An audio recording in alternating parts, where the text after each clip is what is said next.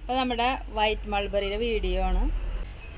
ഞാൻ കുറച്ച് ദിവസം മുമ്പ് ഒരു വീഡിയോ ഇട്ടിട്ടുണ്ടായിരുന്നു മൾബറി ഉണ്ടായത്. അപ്പോൾ അതേ കണ്ട നല്ല വലുതായി നിൽക്കുന്നുണ്ട്. ഇതുപോലെ നീളത്തിലുണ്ടാവും കേട്ടോ മൾബറി.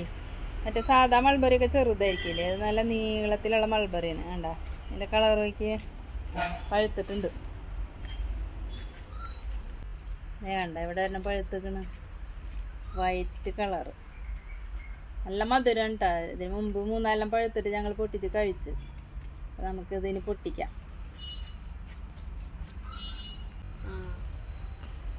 അതെ എന്താ മൾബറി എന്താ നീളം നോക്കി. ഇവിടെ ഒരു ചെറുതുണ്ട്.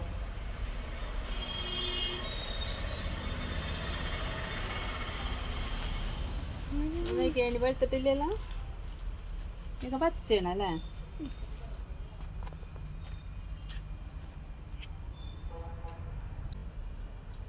അതെ നമ്മുടെ മൾബറി നല്ല മധുരം ഉണ്ട് കേട്ടോ.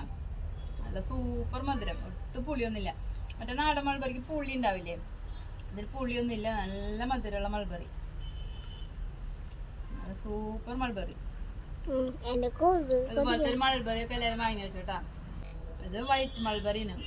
പിന്നെ ഇതിൻ്റെ തന്നെ ബ്രസീലിയൻ മൾബറി ഒക്കെ ഉണ്ട്, പാകിസ്ഥാൻ മൾബറി. അതൊക്കെ റെഡ് കളറാവണത്. ഇതിങ്ങനെ വൈറ്റ് ആണ് കേട്ടോ.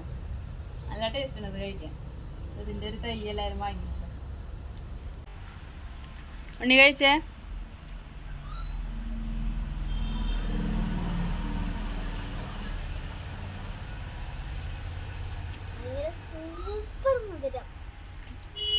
മറ്റേ മൾബറിക്ക് ഭയങ്കര പുളിയാണ്, ഇതിന് പുളിയില്ല.